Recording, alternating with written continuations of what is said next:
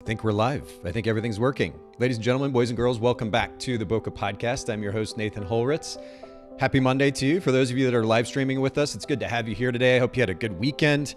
It's gloomy out. You can see how look I'm spotlighted right now. I need some backlight or something to kind of balance things out, but it's super dark out, so I don't have the natural ambient light that I normally do. I hope the weather's nicer where you're at.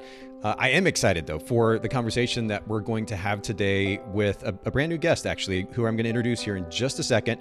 For those of you that are live streaming, though, make sure that you take advantage of this opportunity to ask questions, comment, join the conversation.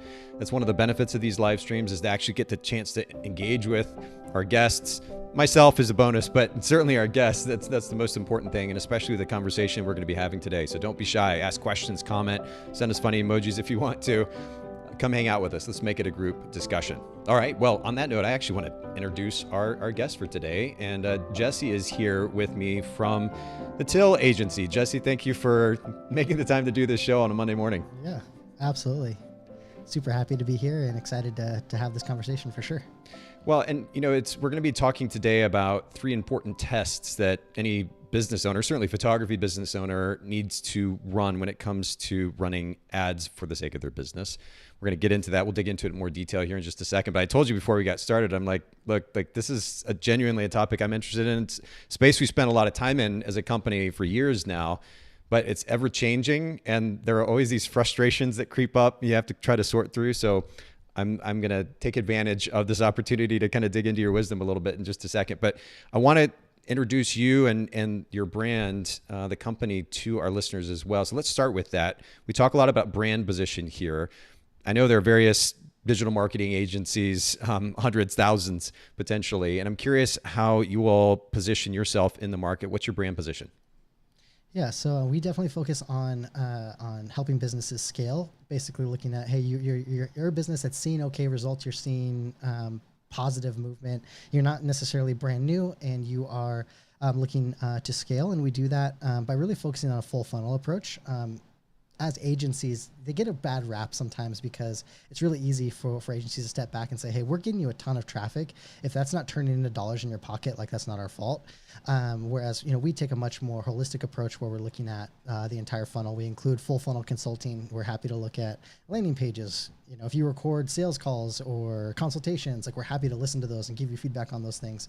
And that's probably one of the biggest differentiators that we have, is that we really truly want to help businesses see results as opposed to just help them spend money. Okay. And that makes sense. And I'm kind of old school, so I take notes on a notebook while I'm interviewing my guests. I wrote down the word funnel because I want to come back to that term here in just a second and let you describe for our listeners what that means. Some listeners may be brand new to this idea of, even a funnel. I think, in fact, speaking personally anyway, and I'm projecting here a bit, but I know as a photography business owner for about a decade, I don't know that I even ever considered that word. In fact, I may not even heard the word. And this is back from 2001 to about 2012. But I just didn't think that way as a photography business owner. And I know that nowadays, of course, the terminology is thrown around quite a bit, but I'm not sure that most photographers think of themselves in light of a sales funnel. They're just thinking about trying to book a client to book a gig. And so I want to come back to that, and we'll kind of set up that conversation in more detail here in just a bit. In the meantime, do you mind, Jesse, turning your gain up just a little bit more on your end? I want to make sure that all of our listeners can hear, and we've got a number streaming with us already. Thank you all so much for joining us for this conversation. I'm going to pop up the Till Agency website here, Scaling Business with Social Ads. We're a digital advertising agency that scales businesses. And I think that sets up the conversation pretty well, too, because as you alluded to, Jesse, the business is in place for those who have, I guess, an established business of some sort. They're generating revenue. They want to take things to the next level. And the Till Agency is the place to go for that. And so I appreciate you sharing that. Of course, we'll link to the website in the show notes at bokehpodcast.com for everybody listening in. Let's keep the conversation going, though, because I know we're going to really dig into the weeds when we get to talking about ads and paid ads and how to set those up. Talk to me about customer experience, Jesse. And you and the team there at Till, I'm sure, have quite a bit of experience working with photographers and other creatives. What's the driving idea behind, at least from your perspective, providing a really good customer experience? Yeah. So this is an easy one for me. I will die on this hill, and that is that communication is the number one piece of or the number one building block of being able to give someone a very unique or just overall good customer experience. Without that, like everything starts to fall apart. Not only does communication help prevent potential issues with customer experience, but also it's the only way for you to smooth over things when things start to go south. When you run a business, especially a photography business where there's like, a lot of subjectivity, you could have a shot list from a client, you could do exactly what they want, and they could still come back and say, hey, like, I don't like these photos. I don't like the way I look or whatever. And communication and being able to, like think through how you're going to respond ahead of time or have some of these things in place are the only way that you're going to be able to smooth that over. And potentially turn that bad situation into it's an okay or even good one. For sure. Yeah. And I think that I keep going back to, and again, I may be projecting a bit here, but especially for photographers at it, when I think about how we communicate or how we can possibly communicate effectively with not only potential clients, but also, of course, our existing clients, a lot of it seems to center around managing expectations clearly.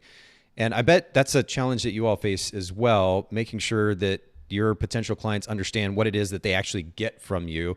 Is there a way that you've been able to more effectively, I guess, manage expectations for your clients? Yeah, for sure. So, I mean, anytime I've been doing marketing consulting and business coaching and that kind of stuff for a handful of years now. And it's a very fine line between giving someone like hope of, hey, this is what could happen, and like, hey, this is also what could happen on the negative side of things. Interesting. And so that's one of the things that I try to very clearly set those kind of bookends of like, hey, like Facebook isn't like hey, you're going to become a millionaire overnight platform anymore. But at the same time, like there's still great results that can be had there. But it does require sometimes some tinkering. It requires some back and forth. It requires some testing to figure out like what's gonna work best. And I feel like anytime there's a place where there's a lot of competition, like those are some of the pieces that are is going to be really important for you to be able to like think through what are the expectations that we have. We'll talk a little bit about that as we look at like tests that we do. And I think that being able to kind of set the expectations even for yourself when you're getting into a new marketing kind of avenue or channel, being able to look at those and say, okay, I'm going to give it this much time because I know that this could happen, but I also know that I also need to be willing to pull the plug at some point if this isn't working. So for us, we try to say like, hey, within 3 months, we will know if this is going to be a good fit for you or your business. And so we try to like set expectations that way by giving like timeframes and giving like, like I said, the potential results, but also like the potential lack of results, which, any marketer that will guarantee results is either doing something that they shouldn't be doing or, know something that I don't. And you kind of know everything. So yeah, that would be kind I wouldn't say that, but we've between me and the rest of our team, like we have probably more experience than any agency in especially the creative industries.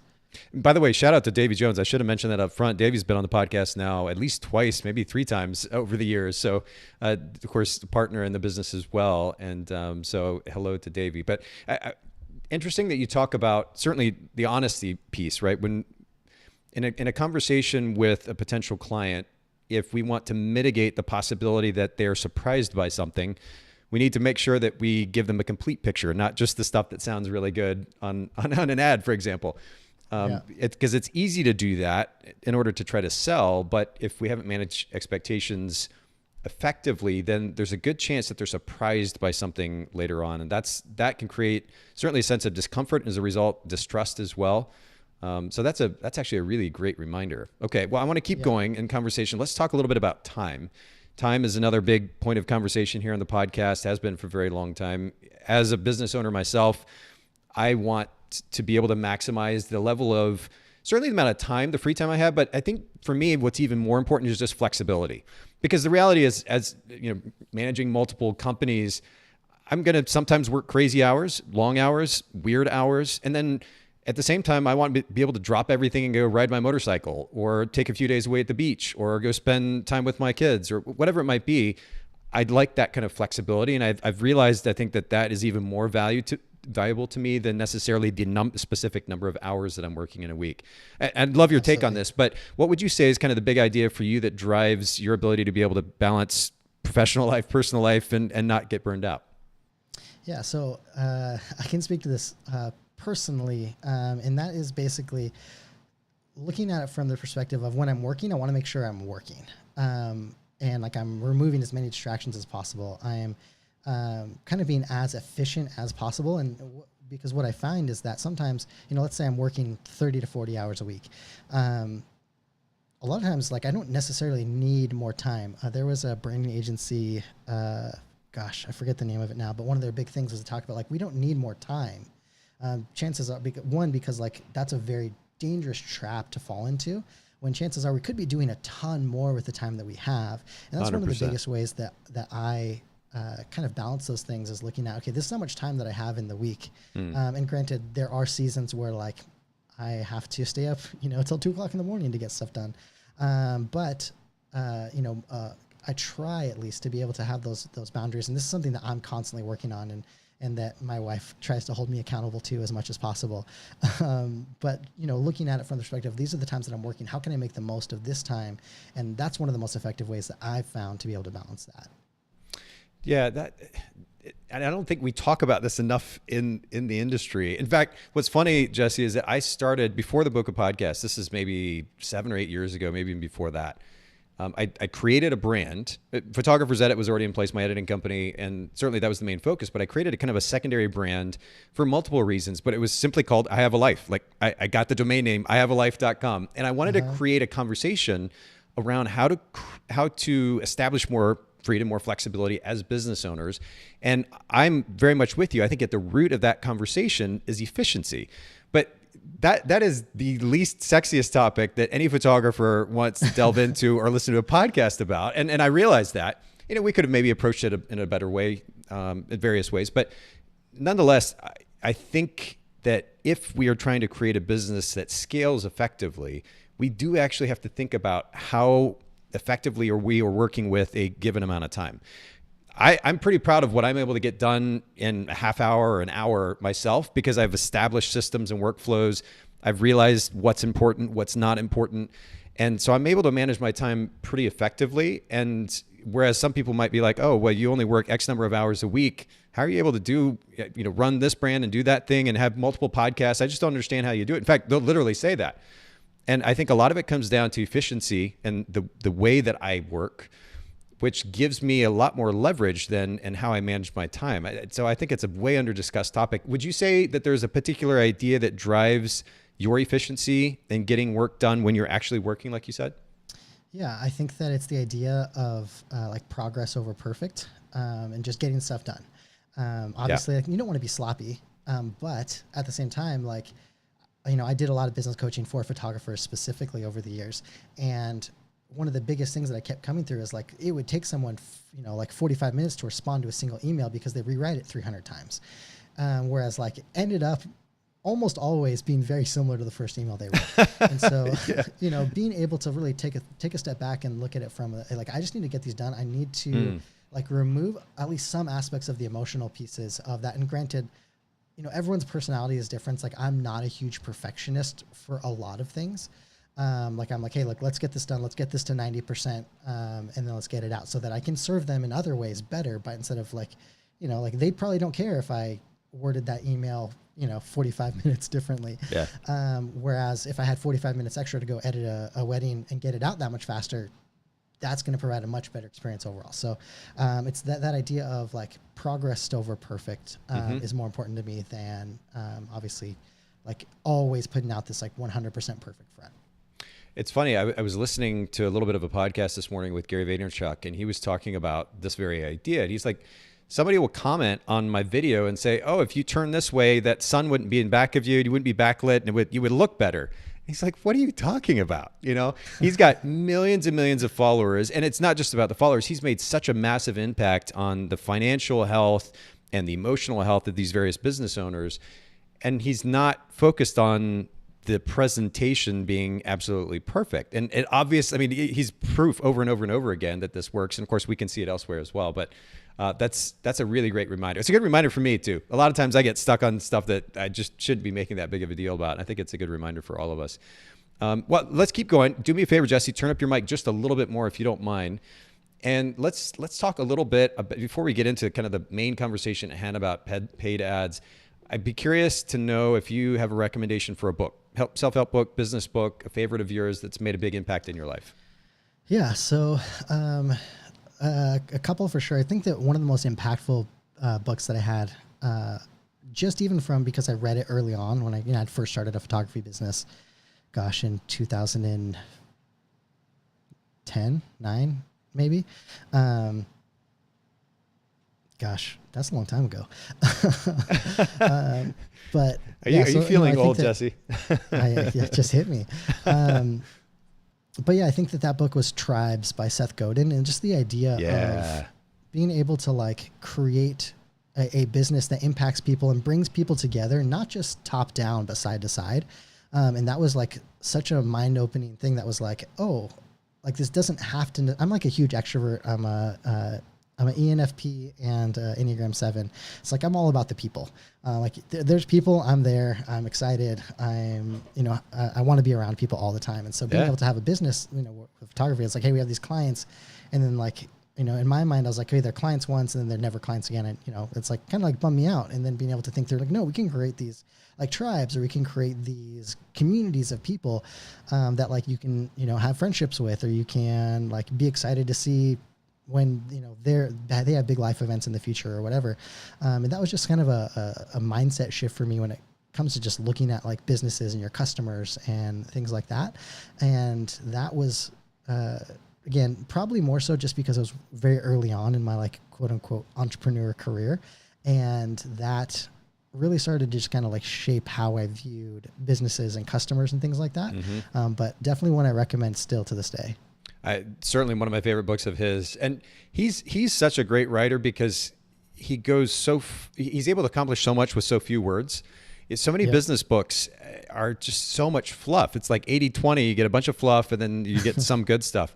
And Seth is such an incredible writer in that he gets so much across just in a sentence or two. And so for that reason in of itself, I'd recommend him as an author, certainly. But this is a really powerful book. And I'm trying to remember, Jesse, is Tribes the one where he talks about how as much as we'd like to get these big numbers, like we think about social media following and how that's going to translate to us making crazy money. The reality is if we just focus on a niche group of people and serve them really, really, really well, that's actually what will translate to bigger results. Is that the book? Yeah. I'm 90% sure it's in Tribes. I also subscribe. I've been subscribing to his like daily emails for years. And I can't remember if I'm sure that he recycles content from his books to there. So it may be being pulled from there, but okay. I think that it did come from Tribes. Well, I'm going to pop this up on the screen. Everybody listening in, Tribes, We Need You to Lead Us. This is a book by Seth Godin that came out actually back in 2008, but 110% still just as relevant now, and can't recommend it enough. So we'll link to that in the show notes at bokehpodcast.com. So Jesse, we're going to get into this topic of paid ads, and I know that you're going to share 3 important tests that any entrepreneur running paid ads needs to run to improve the results that they're getting. But before we do that, I have kind of a selfish question for you, because we've been using Facebook as an ad platform, paid ad platform, for years. And some of the numbers that we've seen over the years have been, as you kind of alluded to earlier, been insane. I mean, for the money spent, the ROI was just absolutely incredible. And at times seeing like 8 to 10x return on spend. Mm-hmm.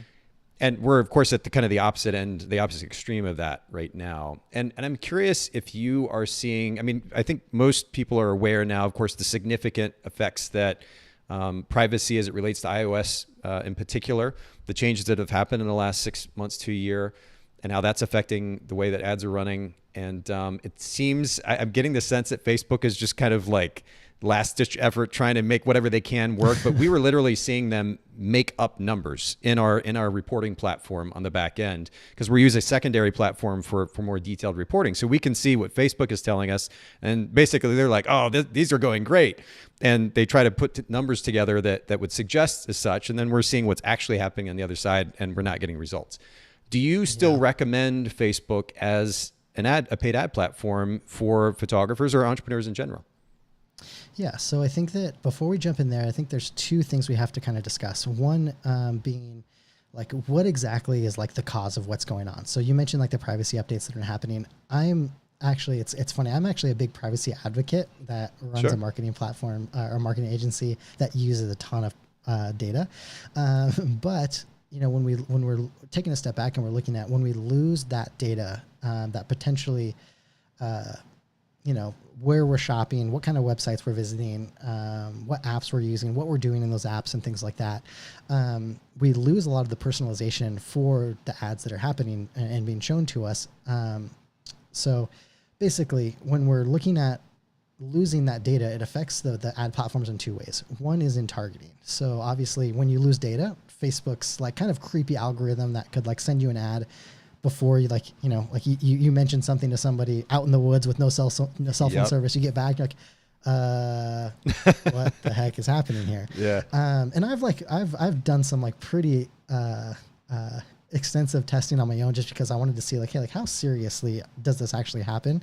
And I'm convinced that the algorithm is far more sophisticated than anyone ever really believed. But with that said, we lose some of that data, which means the targeting becomes a little bit less effective. There are other ways that Facebook is kind of starting to combat some of those things, but I think that it's going to be a little bit before it gets back to potentially where it was, if it ever gets to that point again. The second piece that it was really affected with you know, some of these privacy updates, specifically the iOS update in 20 or 21, I think. Is attribution. So like what you're talking about there, where you're saying like, hey, they're making up numbers, which isn't actually too far from the truth. If you're, you know, in your ads manager, when you're seeing the results, there's going to be a little asterisk next to it. And it's just going to say like, hey, this is including modeled data, which basically means that the data they get from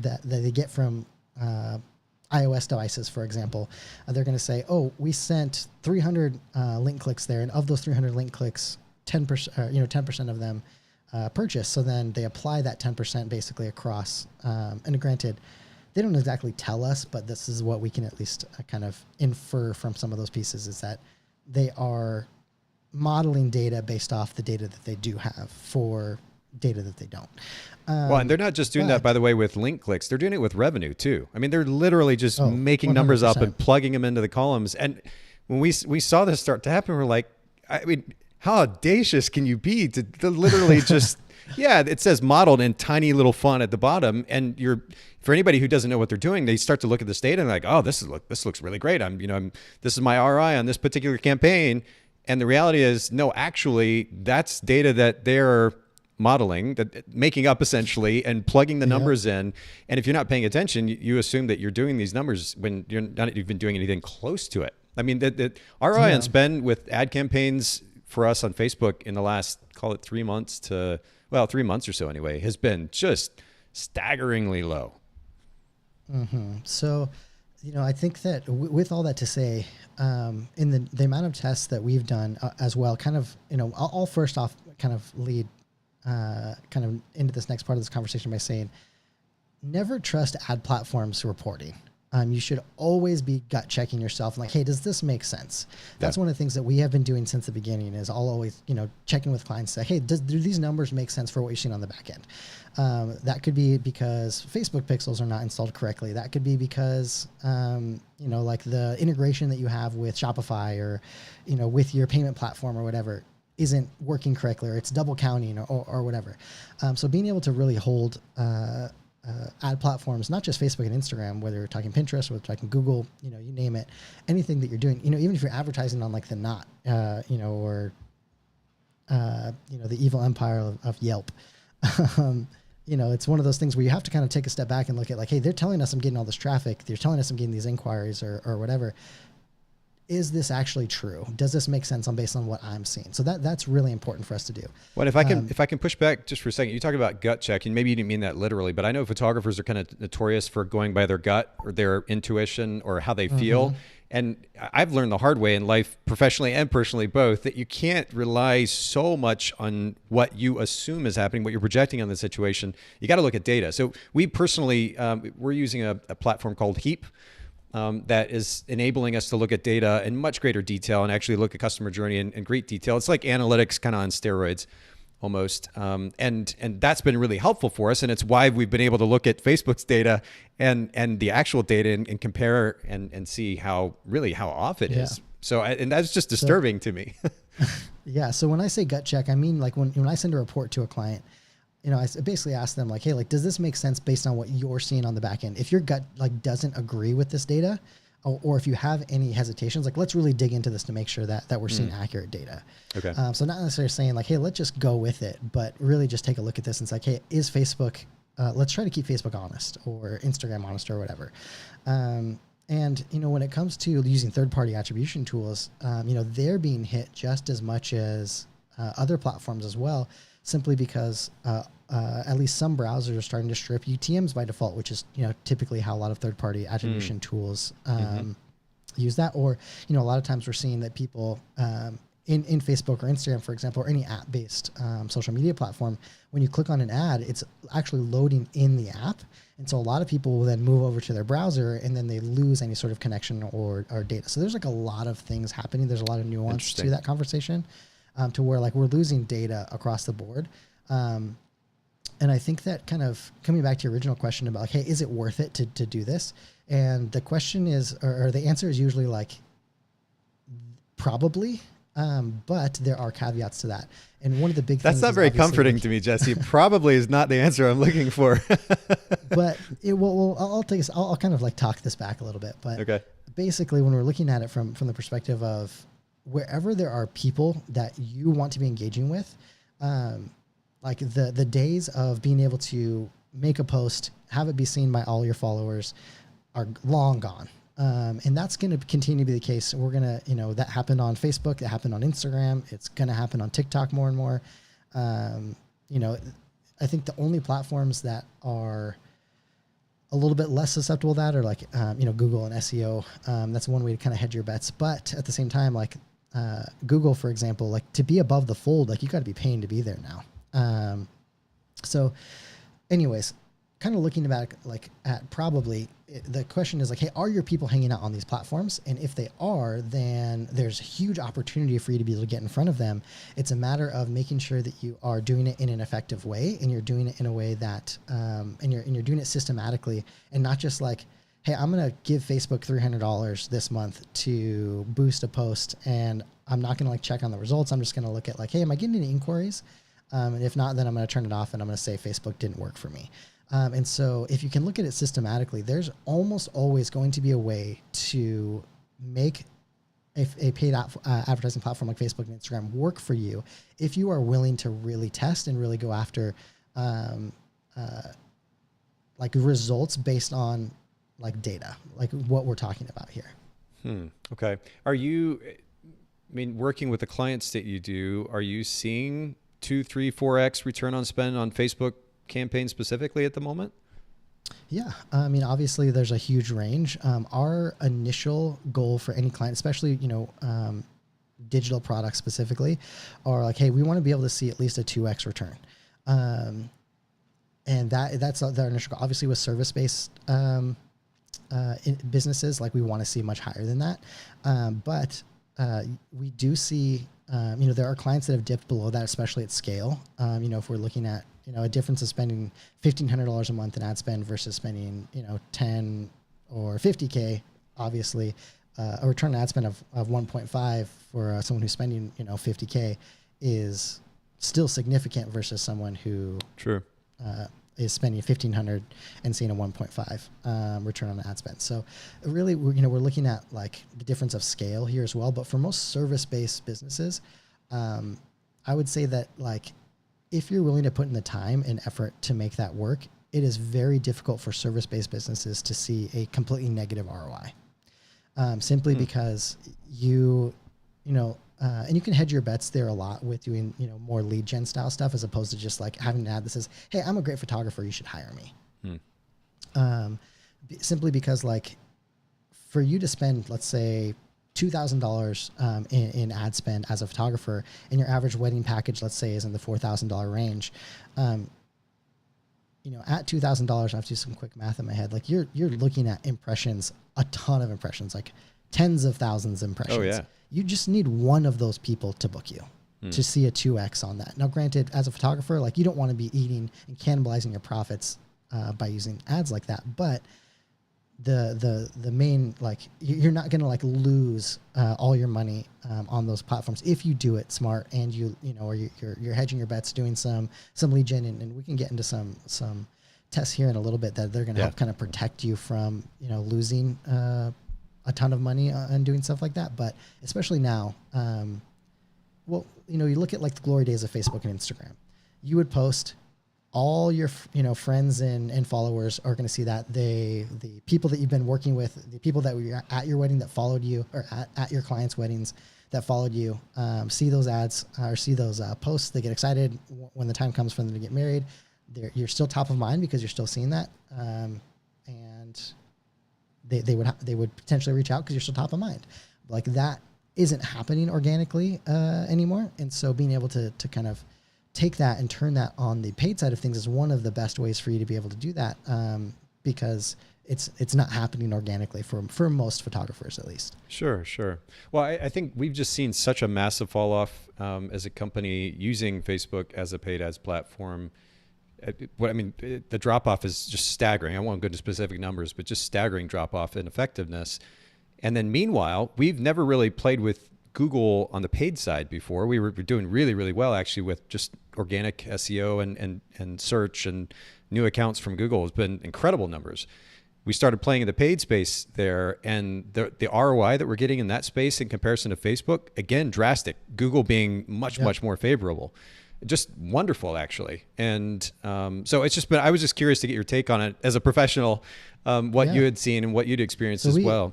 Yeah, we almost always recommend running on both Facebook and Instagram and Google for most of our clients, even if we can just figure out like, hey, which one of these platforms is going to be the best, give you that best ROI for you. Because it really, like you guys are seeing, sometimes Google is just going to significantly outperform Facebook. Doesn't mean that you like shut off Facebook, but it may mean you push most of your budget, or you continue to push more budget on Google than you do on Facebook and Instagram. Sure. Fair enough. Okay. Well, I don't want to take up too much of your time or our listeners' time with my stuff. We're gonna talk about 3 important tests that those running paid ads should be looking at for the sake of their campaigns. Before we do that, you mentioned a word earlier, funnel.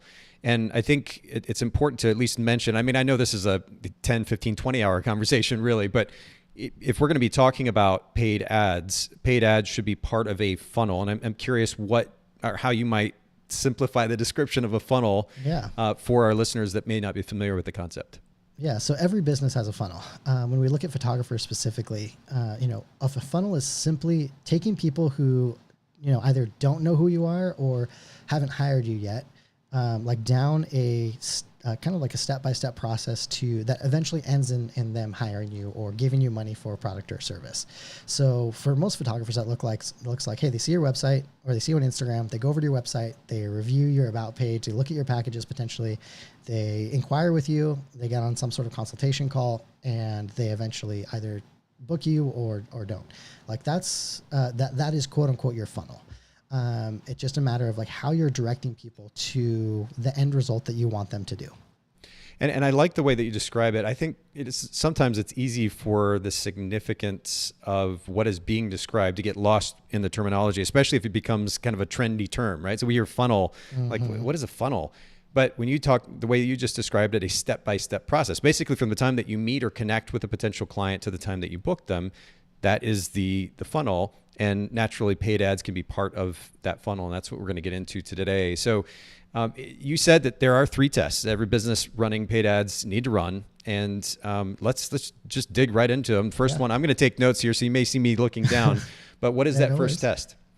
Yeah, so that first test is going to be testing different, we call them top of funnel options, or different ways that you can get in front of people who either don't know who you are or a little bit on the colder side. So these are not people that have hired you before. These are not people who are like big fans of yours, but looking at how you can kind of expand your reach and just get in front of more people and introduce yourself in a way that like makes people excited to like, oh, are excited to find you, excited to kind of be associated with your business or what you're all about. For photographers, traditionally, that was done again through kind of those organic social media platforms. Again, this test doesn't just have to apply to paid advertising. This test doesn't have to apply just even to digital or online marketing. This can be applied to everything that you do. Like, I think that a lot of photographers kind of discount like the in-person relationship, especially wedding photographers, that they can have at weddings, being able to like talk to people and like really like put on the charm and show people like, hey, I'm so excited that you're here, and remember people's names. And like that goes such a long way in creating a relationship with people, that like is a great test for people to have. Like, hey, like hire or keep your second shooter around for a little bit longer in the reception so that you can go out and like talk to people. How, that's again, kind of a non-digital way for you to be able to test some of these things. But looking at like top of funnel things, like those are the kinds of things that we're talking about. If we kind of transition looking at different ways that you could be doing that on the digital or even the paid ad side of things, and we have to look at like the root of the problem that we're solving here. Photographers have an eyeball problem. Photographers don't usually have to convince someone to hire them. Most of the time, people are actively searching for them. Right. Now, there are exceptions to that rule, but in general, that's the case. And so it's not so much that we have a audience problem. It's not so much that we have this problem where it's like, hey, no one wants what I have to offer. If that's the case, then we may have like a quality problem. But I think that like if you're taking money for your work, let's assume that like your work is good and people like it. And so we have to then take a look at like, okay, how can I get in front of people at a time when they are going to be looking for what I have to offer? And you can't necessarily depend on organic algorithms that are extremely irregular to be able to kind of do that for you anymore. And so that's where you can really start to look at how can I get in front of these people in a way that is going to help them get to me, notice me at a time when they're looking for you. So a couple ideas there. A couple things that I think, well, let me take a step back here, looking at like the timing factor of this. This is something that cannot be understated. I see a lot of photographers do this and they have really good intentions, but like, for example, they'll be giving away like, hey, here's a blog post on how to set up your wedding day timeline to get the best photos. Like that's great content to have for your clients that you're already working with. But anybody who sees that and is thinking about their wedding day timeline already has their photographer, and you're just helping another photographer get better work. And so being able to really think through, okay, what are those things that a photographer or a bride, or we'll talk wedding photography because that's, I think, where the timing issue becomes more important or at least more relevant to this conversation. Is that like you have like potentially a 2, maybe 3 month window from the time that someone gets engaged to where they actually book their photographer. And so thinking through, okay, what are they doing in that time frame? And one of the first things that people do before they set a date is they need a venue. So having like some sort of blog post about like the best venues in your area, the biggest up and coming venues in your area, some sort of roundup to kind of help people see the kind of venues that they want to be working with. You can run ad traffic to those things. Obviously, you want to set up blog posts in a way that highlight your work, that potentially have like testimonials on there from clients. If you can have images from some of those venues, that's even better with clients with testimonials there. That's building trust. It's saying, oh, like I really love this. Basically exposing people to the work that you do in exchange for giving them content that I think is going to be valuable for them. Doesn't always have to just be traffic campaigns. It could be, some sort of lead gen where you're, giving that in exchange for an email address. Email platforms are relatively inexpensive, at least, especially when we're talking about just testing something where you could set up and a lot of them, it's a one-stop shop where, you can set up a landing page, you can set up email follow-up and all of those things where you can even auto deliver a one-page PDF that you make in Canva that's like, hey, here's the top 3 up-and-coming venues that I didn't want to post on my website because I want to keep them secret for my clients. Something like that you could do that is going to get in front of people that are at the stage of their lives when they want to be working with you.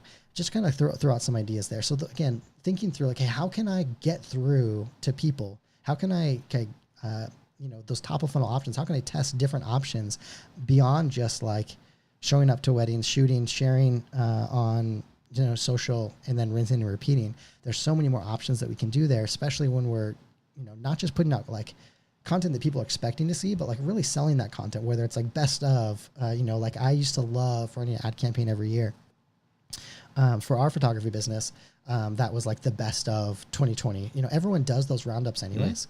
But like all of a sudden, like that's something that I want to click on, as a bride potential. Like granted, that may not be like at the timing of a photographer, but you are going to get great clicks and you're going to get potentially great results there. It's definitely worth a test, especially if you can set up those pages in a way that really highlight your work, highlight like the testimonials, like I mentioned, because people that are looking at those pieces are going to be your clients as well. They're like, oh, I wonder if I made that list. And you're just going to be re-engaging them on multiple levels. Now, granted, I don't think anyone's going to be like super upset if they didn't make the list, but in general, I tried to include as many clients as I could on lists like that. Huh. Okay. So I'm going back to, so the number one test, of course, as you pointed out, being testing different top of funnel options to get in front of potential clients. I'm looking down here at my notebook. And I just wrote down, look at the root problem. So when we're thinking about running an ad, the ad should ultimately speak to a need and or desire that potential client has. And you're saying that one of the ways to go about doing that is to consider the timeline. And I like that perspective. Where is that potential client at in the timeline? If they are now looking for a wedding photographer, they're looking for a wedding venue, that means that they're in this particular point in their timeline as a bride or as a groom. And so we need to speak to them accordingly. Is that time? Have you found that timeline is pretty consistent across the board? Is that vary from since COVID?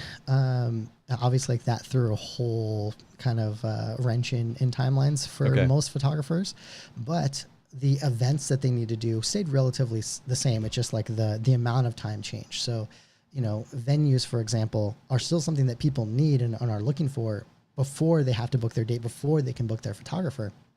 It just happens to be that, like, for example, in San Diego, like I want to say I saw a stat from a couple different wedding planners that said like they used to book people 2 years out and now they're booking people like an average of 8 months out. Mm-hmm. And so like some of those things just got shrunk, which in my opinion is great for photographers. And I hated booking things 2 years out. It felt like man, my life is accounted for the next 2 years. And you're getting deposits on things that like you're not going to see that rest of that money for 2 years. So shortening that up is great in my opinion. But so like that timeline I feel like is pretty consistent when we're looking at and like every business is going to be a little bit different. Every audience is going to be a little different. Every area is going to be a little bit different. But in general, like when we're looking at most brides and grooms or most couples are going to want to book their wedding, like the order of things usually stay the same. It's going to be like venue or wedding planner followed by venue where they lock in their date, followed by photographer. And then, if we're looking at videographers or cinematographers, that they kind of get the short end of the stick where either they are getting in at the beginning or they're a last minute add-on. But in general, photographers are pretty, can hold to kind of that schedule pretty regularly. Okay. And then when we talk about looking at different types of top of funnel options to get in front of the client, I mean, lead gen opportunities like saying, hey, here's a list of my 5 recommendations of the top 5 venues in Chattanooga, Tennessee, where I live. Yep. Mm-hmm. Something like that also, as you pointed out, highlights you as the photographer in those articles with your work and references to your business. That's really smart. Can you give an example of 1 or 2 other potential styles of ads that you might run in that case? Is it only about kind of lead gen articles like that? So, I mean, you could, especially when we're talking about tribes, for example, really thinking through like what are some of those things that really like attach yourself or really like highlight your brand or the kind of weddings that you want to be working with. One client that I worked with, like they only really did elopements and really small weddings. Okay. And so like they would pretty much solely shoot in national parks. So like they did a roundup of like, my favorite shots in national parks, for example, or like, here's some, a lot of those people are doing destination weddings. So they would do like tips on like how to plan for your destination wedding in a national park. And it was like a guide on like getting permits and stuff like that. So you can think through like, how does your brands look? For example, for you, if you were a photographer that's like, hey, I want to shoot more weddings that like have motorcycles, or like people that like love motorcycles or something. Yeah. Like you could do something like that like, is kind of like, highlighting images of people like, a bride and a groom riding into the reception on a motorcycle or whatever. Maybe it's like, hey, how I love to see brides, briding or couples, like inject their personality in their weddings. But like, again, you have to make sure you're thinking about timeline. So you'd use language like how to inject your personality before you even choose your venue. So like you're kind of like qualifying people by saying like, hey, this is when you want to be downloading this thing. Okay, so thinking first of all about how can I add value to this potential client by presenting information relevant to the timeline, and then also, and the idea of thematic material as you're just describing, I think is actually a really good, it's food for thought. If I was wanting to come up with an ad campaign, that would give me a lot of different, throw a lot of different ideas in my head. If I'm thinking about coming up with themes that especially are reflective of, as you alluded to, my target clients, the people that I'm wanting to work with. So that's good. Okay. Well, I know that we could park there for a bit. We've got 2 more tests to talk about. Take us to the second one, if you will. Yeah. So the next thing is looking at the different conversions, like quote unquote events, looking at how you're actually taking people from, now that they've downloaded your lead magnet or they've been to your website, and thinking through like how you are actually turning them into a client or actually giving them opportunities to hire you. This is something that we tested, me and my wife tested pretty extensively. And I think that's one of the only reasons why we were able to, be so successful relatively quickly, is because we were willing to like have people to our house. We met people at coffee shops. We did like Zoom or Skype back then. We tried just doing phone calls. We tried, just like, sending people to a page where they could, book right then and there. And we tested all of those different options. We tested different price points. We tested different package styles. And those are things that I think that a lot of photographers just don't do because it feels uncomfortable to them. Like, well, like, like my booking rates are okay. It's not like I let a ton of people slip through the cracks, but it's not just about necessarily the booking rates, but it's also looking at, like your overall profits in these things. Like you could be potentially leaving a lot of money on the table because you're not meeting in person, or because your, packages have been the same for, or at least the package structure has been the same for, your entire career. So all of those things, that's one of the biggest tests that I think that a lot of businesses need to be running in those things, and giving yourselves, as you get in front of more and more people, that becomes more and more important, especially if you're running paid campaigns to grow your audience and get in front of more people.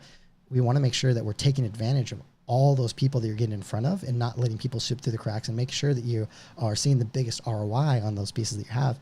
And I know this doesn't necessarily have a huge, this isn't necessarily ad specific, but I had to include this because it's very important to be able to look at this from a just overall conversion perspective. If you can't figure out a way to convert the most people at the highest price point that you can, like it's going to make your ad campaigns a lot harder to be successful.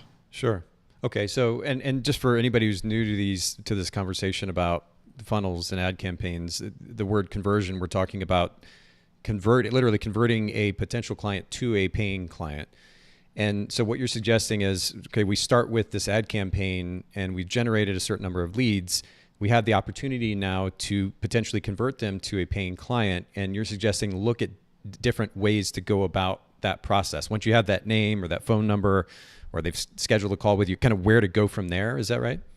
Yeah. So, I mean, that's kind of like, if we're just looking at keeping things relatively similar to what they've been doing, that's one thing. Another great example, I worked with a client who was moving to a new area. And this is something that we see a lot, is they jump into a new area and they try to do the same things that they were doing when they were already established, and expect to see like really great results. Whereas like a lot of times for people, it's like, hey, like this is do or die.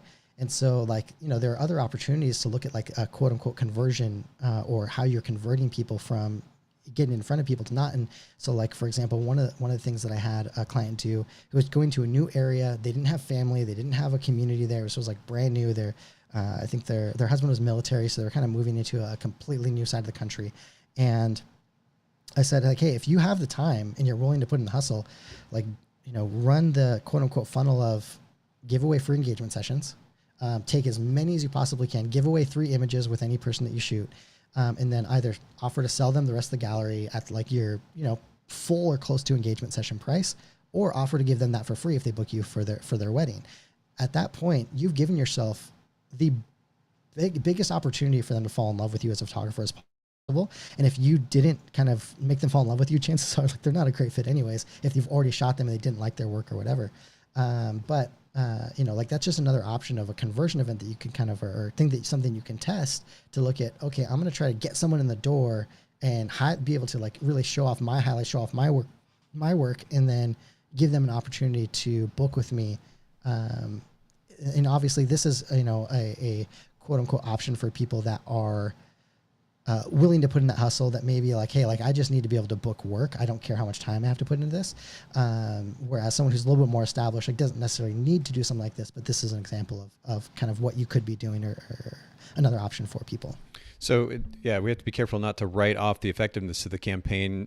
Some of that responsibility sits on our shoulders, that once we have that potential client in our lap, how we go about converting them, a lot of that rests on us, and we have to learn or be willing to put, like you said, put the work in, to be creative, to try different ideas out to see what converts more effectively. We can't just give up because we didn't convert the first time. It could be that we're approaching that process, the conversion process, ineffectively. Yeah. There might be a different way to go about it.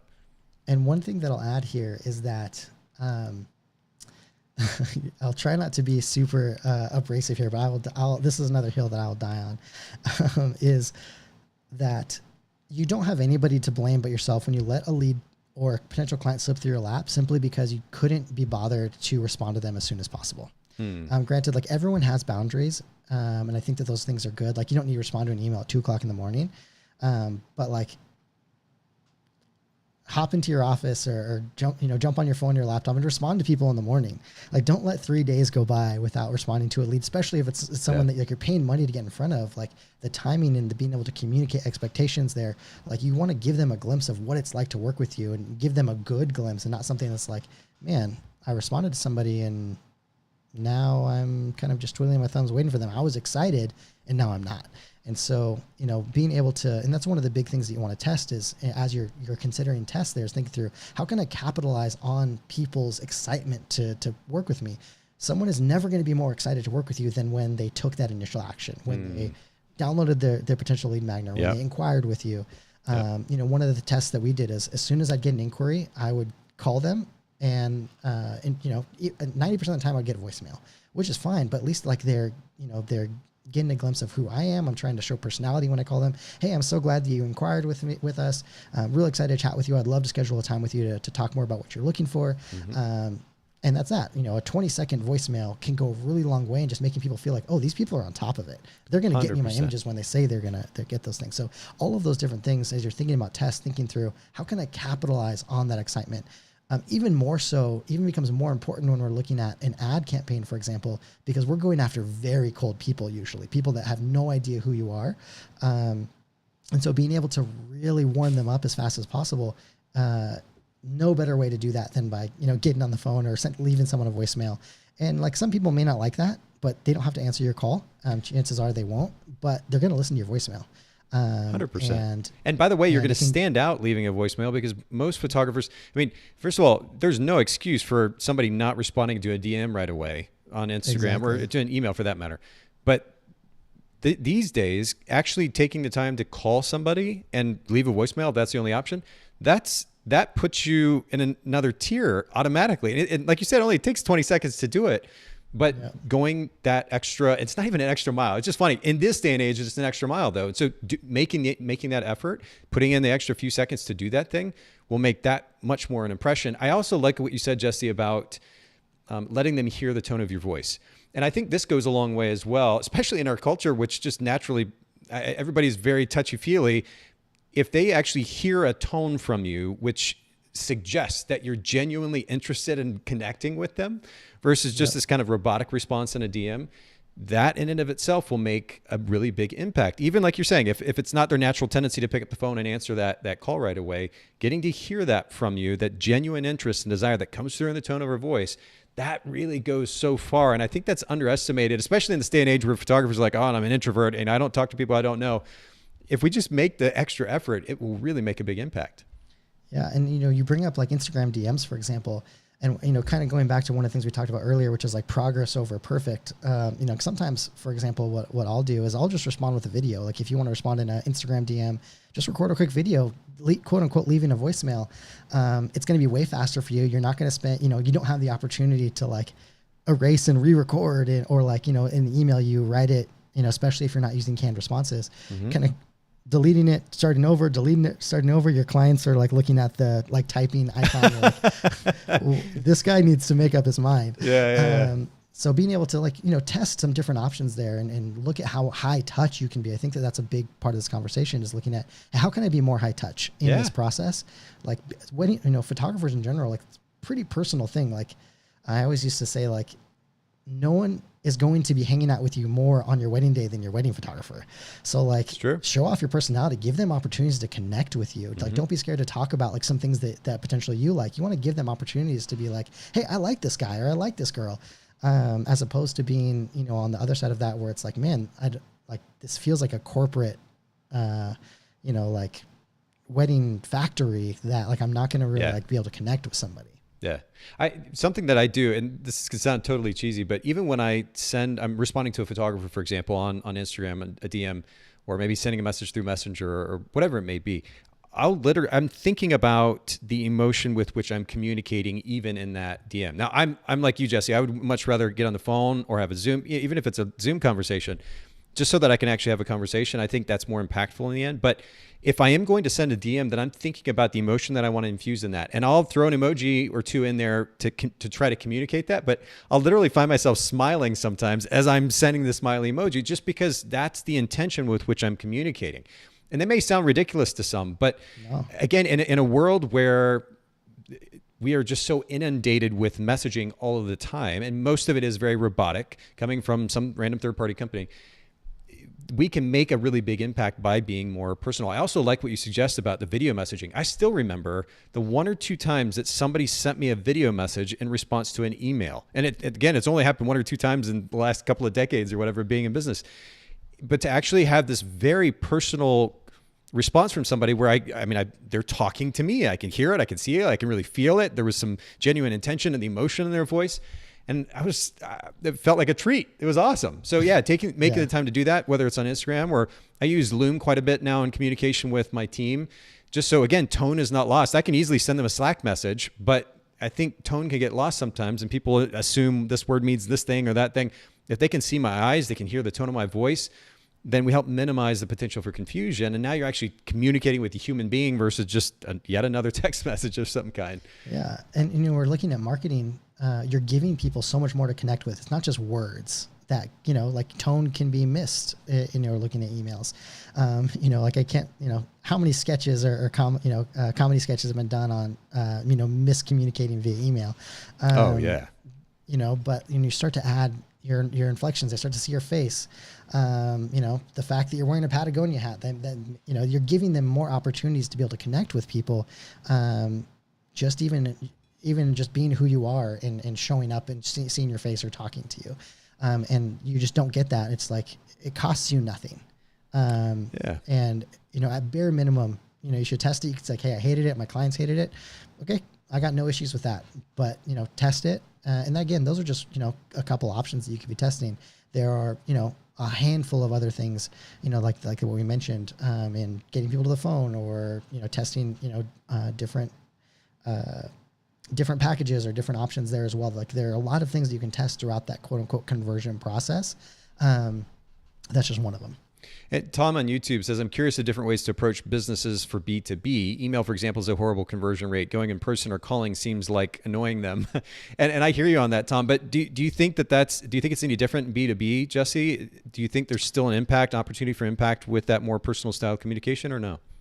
Yeah. So when it comes to B2B, if we're looking at just like, for example, cold email outreach, like, yes, your conversion rates are, I think that like in like the general sales kind of world, if you're cold emailing people, it's going to take you, I want to say it was like 1,200 emails sent to get a single response.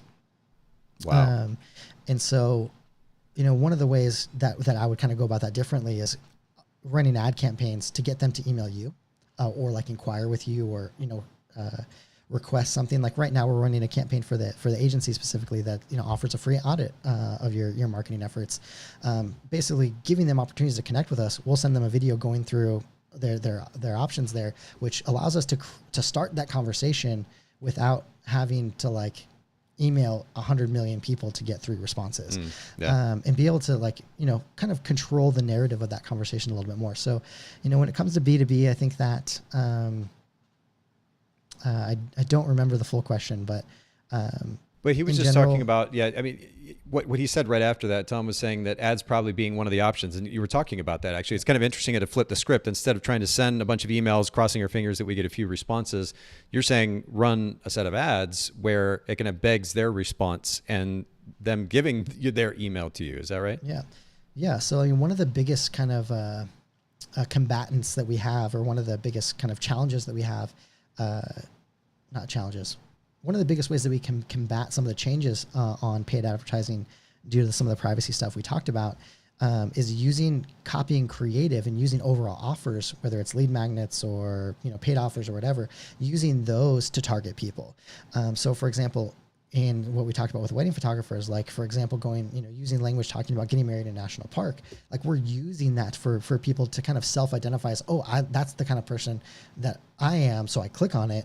And so same thing with B2B, we can do the exact same thing if we are kind of using copy and creative, using our offers to go and further target people, to make sure we're not just like, with B2B, it can be a little bit difficult to target people because especially on Facebook and Instagram. On LinkedIn, it's a little bit easier, but Facebook and Instagram, like you can't target people that are in this specific industry, that have this specific job or whatever. And so using copy and creative or using offers to be able to get in front of those people is a great way to combat some of the targeting issues that we saw go away from, the targeting issues that came about from the iOS changes. Okay. Well, I know that we haven't hit that third test. We've hit the hour mark. So let's just touch on that real quick if we can. You've got a third test that paid advertisers should be paying attention to. What is that? So the third test that really any paid advertising needs to do, and this is, again, one of the things that are really important for paid advertising, but it also applies to basically your entire business. And you need to do, like, at bare minimum, a quarterly step back and ask, like, hey, is what I'm doing working? And to be able to ask yourself that question, you have to be able to, as you're testing things, to be able to decide and kind of as you create these tests to say, like, hey, what kind of defines success for these tests? What do I want to get out of these tests? And like, how long am I going to commit to doing these things? Okay. I can't tell you how many times people have come to us and say, hey, I've tried these ads. They didn't work. Like, I don't know what I need to do differently, but like something needs to change. We start asking questions. We start looking at these things. And it's like, well, I spent $50 and I didn't get anything. So like, I think that this is broken. When in reality, like, okay, you spent $50, like, to an audience of 5 million people, $50 got in front of you, and it got in front of you, helped you get in front of, like, a couple % of those people.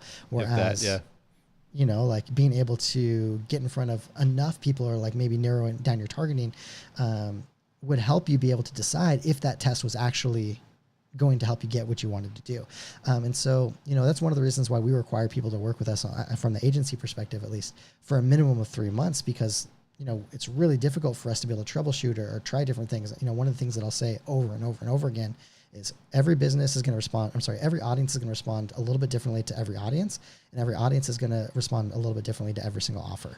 And so just because one thing worked for one specific company in a way, their brand, for example, just may align really well with a certain offering that they have. It may not work exactly or identically the same to what you want to do. And so being able to and being willing to test a lot of things is really great, but you also have to be willing to take a step back and say, hey, is this working? What can I do that's going to help me move forward? And what do I need to kind of like cut ties on and move those things over to something that is working? And a lot of that's driven by what you said earlier, right? Which is to be clear about what it is that you're even trying to accomplish to begin with. Because it would be easy to say, just very broadly, I want to book more clients. But that's really not a specific enough goal for any good marketing campaign. Certainly when it comes to paid advertising, we have to be super specific about what it is that we're trying to accomplish. And then you said on top of that to also have a timeline. I want to do this in 2 weeks, or I want to do this in 4 weeks, or I want to do this in whatever the timeline, and being very specific about that. And then that enables you to go back and then review at the end of that process to see whether or not the goal has been achieved and if something needs to be changed in order to actually achieve that goal if it hasn't. Absolutely. So important. And so many things that people don't do simply because one, I had a kind of a call with a like big name photographer who was like doing some education stuff and talking through like, hey, like, well, how is this stuff working for you? And her exact response were like, hey, I don't want to know the nitty gritty details of the data because I'm scared that I'm not doing well, which is a very like, this was someone that was spending a lot of money on some of these things. And like she was being very successful. It wasn't like she was like, losing a ton of money on these things. Sure. But like, there were some things that were like, hey, I don't want someone to tell me I'm not doing a good job. Well, it sucks to know that, right? But I mean, this is something we've talked about quite a bit on the podcast. If you're, and I was guilty of it for so long, Jesse, as a photography business owner, and even after I started Photographer's Edit, despite its success, and I guess in some ways I got lucky because I was so naive to the significance of data and paying attention to data and being willing to face the hard data, even if it didn't feel good at times, to actually look at that data and then figure out how to use it. It's so important. And it sounds nerdy, kind of like efficiency and workflow. Like photographers are like, I don't really care about that. I'm just trying to take a good picture.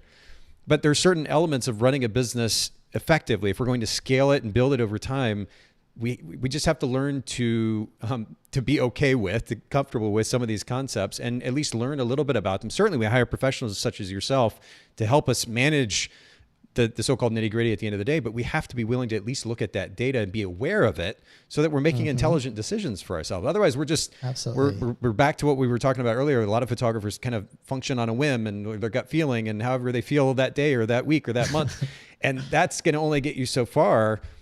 Black and white data doesn't lie. And if you're just going to ignore it, you're going to choose to kind of dig a deep, dark hole for yourself. Yeah. And one of the ways I like to look at data is like, this is one of the things that like this huge tool at your disposal doesn't necessarily cost you any more to get it. It doesn't necessarily cost any more for you to look at it. And if you just ignore it, it'd be like showing up to a wedding like without your favorite lens. It's like you're like intentionally handicapping yourself against like looking at what could be working best for your business and what could be helping you like do some really great things simply because like you're scared of the answer. That's a great analogy though, that because it's perspective, right? So if a photographer thinks about missing their favorite lens and the beautiful perspective that lens brings, that's the very thing that's happening when we're ignoring data because we're afraid of dealing with the finances or afraid of digging into the analytics or whatever it might be. We're ignoring the data and our perspective becomes very limited as a result. That's a great analogy.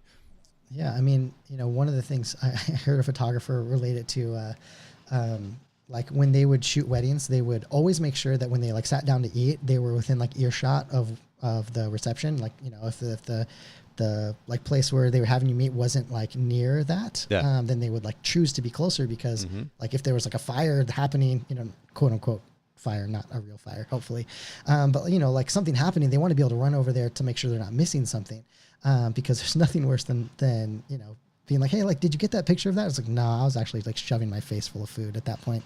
But similar thing to when we're looking at data, like if we don't know there's a fire because we're so scared to hear what's going on, then we don't even have the opportunity to respond. Right. And so, looking at like, hey, I'm going to test some of my conversion rates or because I'm going to try getting people on the phone a little bit earlier. You could see conversion rates shoot up and chances are you were missing out. Let's say you get 100 inquiries a year and you were only booking 20 of them and all of a sudden you book 30 of them. That's a 50% increase simply because you're able to get on the phone. And I've seen literally that drastic of conversions simply by doing some of these things. And so, interesting.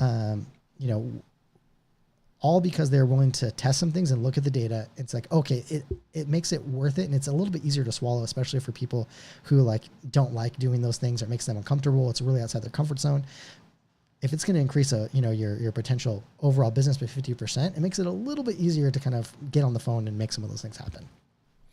Well, this has been truly an introduction to the conversation because of course this is, as I said earlier, a much, much larger conversation. But And you didn't ask me to do this, but I just want to give everybody an opportunity to learn a little bit more about Till Agency and the services specifically that you would offer to photographers if they want to get more help. This is just, we're barely scratching the surface here.